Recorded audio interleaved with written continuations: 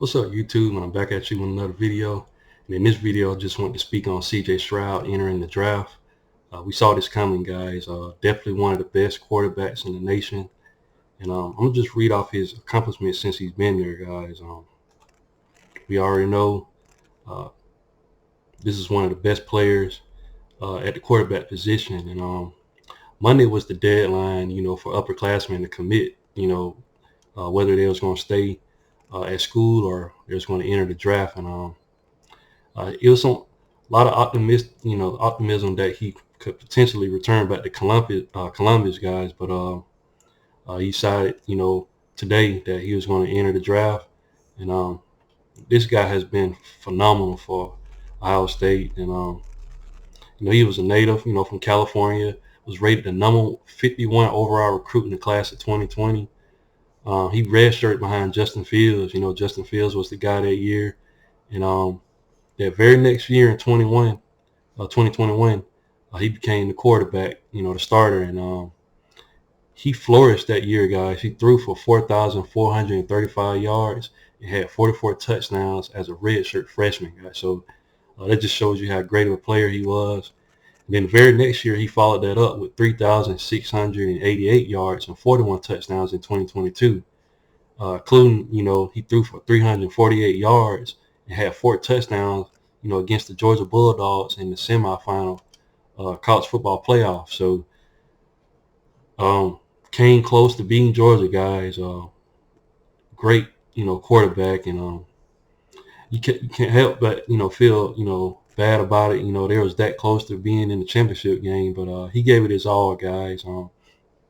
He had a phenomenal game against Michigan early on in the season. It just the game got away from him, but this guy right here is very, very talented, and it's going to be interesting to see what Ohio State does, going forward.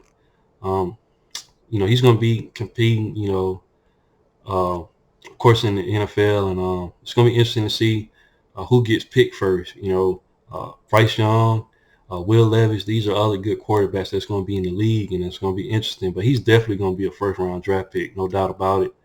It's going to be interesting for Ohio State going into 2023.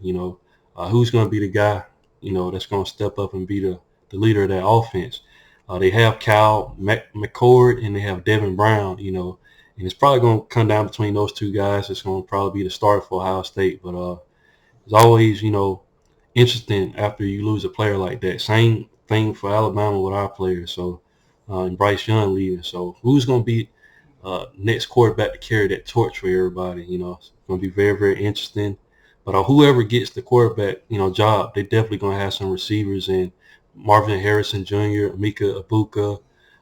They also going to have Travion Henderson, at running back, and also they got tight end Cade Stover. So whoever's coming in going to definitely have a lot of, talent around them to get started, and it's going to be interesting. But we all saw it coming.